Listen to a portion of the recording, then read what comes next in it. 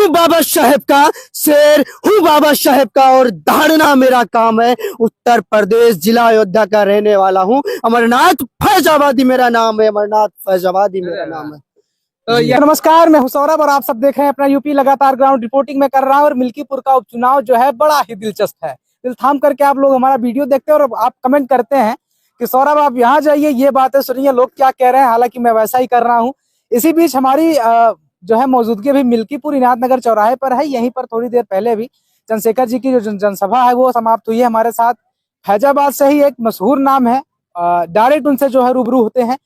बहुत बहुत स्वागत है सर आपका हमारे न्यूज चैनल में। कैसे हैं आप, आपका परिचय? पहली बात तो मैं आपको और आपके इस चैनल के जो भी दर्शक हैं सबको धन्यवाद करता हूं। और मैं अपना नाम बताना चाहता हूं एक शायरी के तौर पर कि शेर हूँ बाबा साहेब का, शेर हूँ बाबा साहेब का और दहाड़ना मेरा काम है। उत्तर प्रदेश जिला अयोध्या का रहने वाला हूँ। अमरनाथ फैजाबादी मेरा नाम है, अमरनाथ फैजाबादी मेरा नाम है। तो यही बोलने के अंदाज से अमरनाथ फैजाबादी जो है वो जाने जाते हैं। और लगातार ये जो है लोगों के बीच में जो है अभी यहाँ पे आप लोग देख रहा हूँ मैं प्रचार कर रहे हैं। तो क्या कुछ लोगों की समस्याएं हैं, किन मुद्दों पर मिल्कीपुर का ये उपचुनाव है? देखिए भाई, पहली बात तो मैं आपको ये कहना चाहता हूँ कि यहाँ की जो समस्या है बहुत ही गंभीर समस्या है। और इस समस्या को लेकर के आज तक किसी राजनेता ने, यहाँ से जितने भी सांसद विधायक हुए हैं, आज तक किसी ने उस समस्याओं को अंदर जाकर नहीं देखा है, अंदर जाकर उनके घरों में जाकर नहीं देखा है। लेकिन हमारे संगठन के लोग, अभी हमारे हाथों में सत्ता नहीं है भाई, लेकिन यहाँ 17 थाना 18 थाना पड़ता है। हमारे इस जिले में 18 थाना पड़ता है। 18 थाना के अंदर एक महिला थाना पड़ता है। उस थाने को छोड़ करके आए दिन हमारे लोग और मैं स्वयं अपने लोगों की आवाज उठाने हेतु मैं उस थानाओं में जा करके अपने लोगों की, पीड़ित लोगों की आवाज उठाने का काम करता हूं। ये आपको बताने की जरूरत नहीं किस तरह से हमारे विधानसभा की, हमारे अयोध्या जिले की लोगों की गंभीर समस्या है। ये बताने की जरूरत नहीं है भाई। और मैं बताना चाहता हूं जिस हिसाब से हमारी बहन बेटियों के साथ शोषण अत्याचार हो रहा है, ये किसी को दिखता नहीं है। सिर्फ और सिर्फ लोग ये काम करते हैं कि यहाँ पर आएंगे आपके साथ, आपको ये कहेंगे कि माई, मेरे भाई, मेरे माताओं, मेरी बहनों, मैं आपके साथ हमेशा खड़ा होने का काम करता हूँ, आप अपना कीमती वोट दीजिए। मैं उनसे कहना चाहता हूँ, इस मिल्कीपुर से तमाम आवाम से कहना चाहता हूँ, अगर आपको वोट देना है तो आप पहले निर्णय लीजिए कि आपके साथ कौन खड़ा हो रहा है, कौन आपकी आवाज को बुलंद करने का काम कर रहा है, कौन आपके गिर हालात में खड़े होने का काम कर रहा है। आप वोट वहां दीजिए। अरे आपके विधानसभा की मैं बात कर रहा हूँ, आपके जिले की बात कर रहा हूँ। आए दिन छोटी छोटी बच्चियों के साथ दुष्कर्म होता है, हम लोगों ने देखा है। अरे उन माताओं को कैसे भूल सकते हैं जिन्होंने अपने गले से लगाकर रोया है भाई। उस क्षण को हम भूल नहीं सकते हैं। 7 साल की बच्चों के साथ दुष्कर्म हुआ भाई। बहुत यहाँ दर्द होता है, मगर क्या करें हम लोग, क्या करें? जब तक हमारे हाथों में सत्ता नहीं है हम कुछ नहीं कर सकते। सिर्फ और सिर्फ हम लोग थाने का घेराव करेंगे। क्या होता है वहां दिखा दिया जाता है कि आपकी आवाज सुनी जा रही है, आपके लोगों को न्याय दिया जा रहा है, लेकिन बाद में पता चलता है भाई कि कुछ नहीं हुआ है।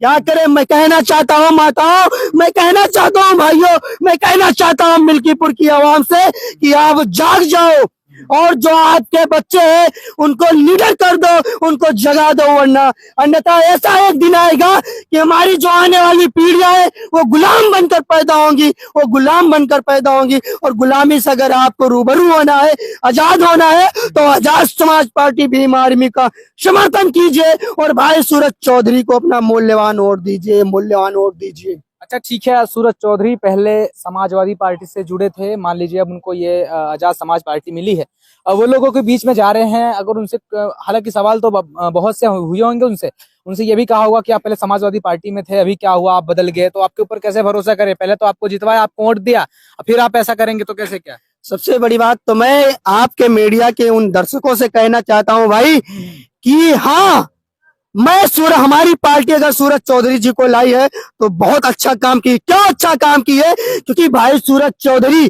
जिस पार्टी में थे उन्होंने अपना दिन रात समय दे करके, दिन रात एक करके उस पार्टी के उस सांसद साहब को जिताने का काम किया जी। वो हमारे इस बीच के रहने वाले, लेकिन क्या हो रहा है अरे आपने उनको आश्वासन भी दिया था कि आने वाले विधायकी में आपको वोट दिया, आपको सदस्य घोषित किया जाएगा, आपको टिकट दिया जाएगा। लेकिन मैं पूछना चाहता हूँ उस महोदय जी से, आपने ऐसा क्यों नहीं किया? तो भाई जाहिर सी बात है, जो आपके साथ दिन रात खड़ा होने का काम कर रहा है, अगर आप उसके पैर को काटने का काम करेंगे, उसके सर को धड़ से अलग करने का काम करेंगे, तो जाहिर सी बात वो कहीं ना कहीं ऐसे लोगों का सामन थामेगा जो सबकी आवाज को बुलंद करने का काम करता है, जो सबकी आवाज को बुलंद करने का काम करता है। समाजवादी पार्टी कह रही कि हम तो भाई चुनाव जीत गए, अब किसी के इधर उधर करने से कोई मतलब नहीं है, चुनाव तो अब मेरा है, मैं जीत रहा हूँ, मेरा बेटा। तो एक बात मैं बताना चाहता हूँ कि जो राजा है वो हमेशा राज नहीं करेगा, कि बाबा साहेब ने कह दिया है कि जो राजा है वही उस राज का उत्तराधिकारी नहीं होगा। यहाँ पर इलेक्शन इसीलिए होता है कि आप जो यहाँ की जनता है, जो यहाँ की आवाम है, उन लोगों को चूज करे जो उनको समझे कि हमारे लिए काम कर सकते हैं, और दिखाने की जरूरत नहीं है, क्योंकि दिखाने तो बहुत लोग आते हैं। मैं पूछना चाहता हूँ 7-7 साल और कितनी बार यहाँ तो विधायक बने हैं, न जाने कितनी बार उन्होंने यहाँ विधायक बना है, और इस बार तो वो यहाँ से अपना सांसद भी निकाल दिए हैं। मैं पूछना चाहता हूँ भाई, अगर आप वाकई में मिल्कीपुर की जनता के लिए कुछ करते रहते तो शायद आज आपको इतनी दौड़ने की जरूरत नहीं होती। आप दिन रात एक कर दे रहे हैं, और आज तो आप लोग देख ही रहे हैं। पत्रकार महोदय जी, आपको ये बताने की जरूरत नहीं है, आपको मालूम होगा कि हमारे आने वाले साथियों को जिस हिसाब से रोका गया हर एक चौराहों पर पुलिस प्रशासन के अकॉर्डिंग, या इस जो वर्तमान में सत्ता चला रही है सरकार, इनके अकॉर्डिंग जो हमारे लोकल के लोगों को भी रोका गया। मैं पूछना चाहता हूँ वर्तमान सत्ता से, वर्तमान सत्ताधारियों से, उन सरकार से, क्या तुम्हारी इतनी देर तुम्हारे अंदर घुस गई भाई चंद्रशेखर आजाद जी की, या भाई सूरज चौधरी जीत न जाए इस चीज की कि आप हमारे पदाधिकारियों को, या हमारे आने वाले दर्शकों को, या हमारे आने वाले साथियों को आप रोकने का काम कर रहे? ये भाई कहीं ना कहीं ये साबित कर रहा है कि आपके जहन में वो डर बस गया है कि भाई अगर वो लोग वहां पहुंचेंगे तो भाई सूरज चौधरी जी के समर्थन में जाएंगे, और भाई सूरज चौधरी और भाई बड़े भाई एडवोकेट चंद्रशेखर आजाद जी के कंधों को मजबूत करने का काम करेंगे। इसी वजह से आपने हर एक चौराहों पर हमारे साथियों को और साथियों की गाड़ियों को रोकने का काम किया है। क्या लग रहा है, युवा है आप, युवाओं के जो मुद्दे हैं किस तरह से सदन में उठाने चाहिए, किस तरह से उन पर कार्य होना चाहिए, यूथ क्या कुछ सोचता है, और खास करके मिल्कीपुर को लेकर के, क्योंकि अभी चंद्रशेखर रावण जी ने भी कह दिया कि इंडस्ट्रियल एस्टेट की बात करी थी, तो कैसे देख रहे हैं सारे प्रकरण को? मैं सर्वप्रथम बताना चाहता हूँ युवा को कि संघर्षों के साए में घनघोर अंधेरा चलता है, और जिस ओर जवानी चलती है उस ओर जवाना चलता है, उस ओर जवाना चलता है।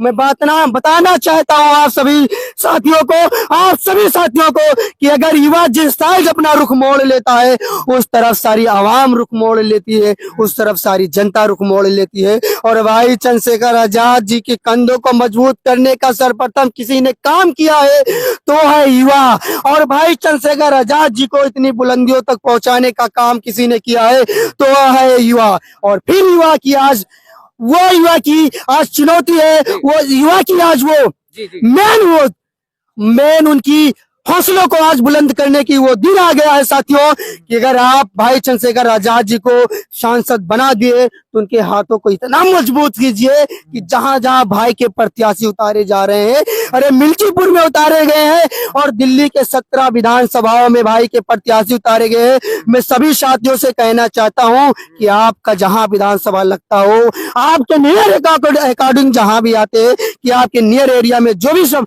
विधानसभा आता हो, उस विधानसभा में भाई चंद्रशेखर आजाद जी के हाथों को मजबूत कीजिए, और जहां के वहां के जो प्रत्याशी है उनको जिताने की कोशिश कीजिए। जी अगर नहीं जिताएंगे तो आने वाला वो दिन दूर नहीं जो आपके दिमागों पर मानसिक गुलामी रूपी धागा को बांधा गया है, मानसिक गुलामी रूपी डोरी को बांधा गया है। अच्छा ठीक है, आप कह रहे हैं कि सबको गुलाम बनाया जा रहा है, कोई विकास नहीं हो रहा है, आवास नहीं मिला आपके गांव में, किसी को बाथरूम नहीं मिला, चीजें नहीं मिली, बिजली मैं बता दूं आप क्या नहीं मिल रही है। मैं बता दूं आपको, अगर आपने सड़क दिया है, मैं ये नहीं कहूंगा कि आपने सड़क नहीं दिया है, लेकिन मैं पूछना चाहता हूं अगर आपने मुझे सड़क दिया है तो आप मुझसे टैक्स क्यों ले रहे?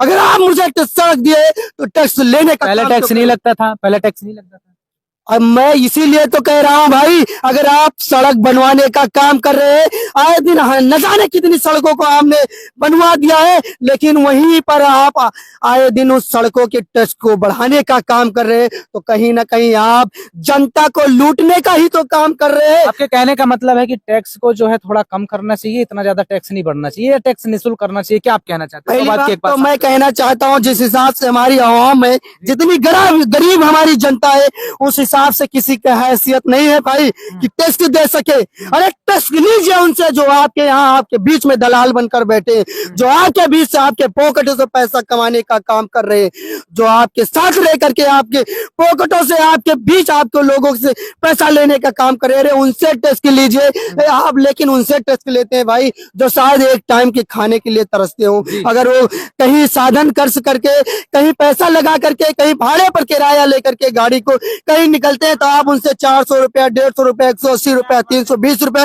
इस अकॉर्डिंग में आप टैक्स लेते हैं। मैं पूछना चाहता हूँ, अरे भाई वो तो वैसे ही ऑलरेडी भाड़ा लगाकर उस गाड़ी को बुक किया है, तो आप क्या कहना चाहते हैं महोदय? इस तरीके से अगर आप उन गरीब को और गरीब बनाने की कोशिश कर रहे हैं, तो मैं आपको चैलेंज देता हूं, मैं आपसे कहना चाहता हूं कि अब जनता जो है जागरूक होने का काम कर रही है और बाबा साहब के संविधान पर चलने का काम कर रही है, तो आपकी सरकार ज्यादा दिन रहने वाली नहीं है, आपको उखाड़ फेंकने का काम करेगी ये जनता और ये युवा।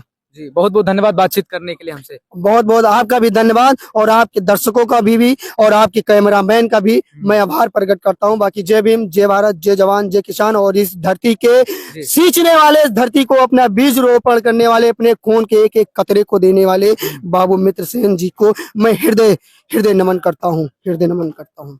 तो मैं आपको बता दूं कि मिल्कीपुर में लगातार मैं ग्राउंड जीरो पे रिपोर्टिंग कर रहा हूं। यह वीडियो देखने के बाद आपको क्या कुछ प्रतीत होता है, मिल्कीपुर को लेकर के क्या कुछ अपनी प्रतिक्रिया है, वो आप जरूर दीजिएगा। ऐसे ही आप लोग देखते रहिए अपना यूपी न्यूज़ सौरभ सरोज के साथ। जय हिंद।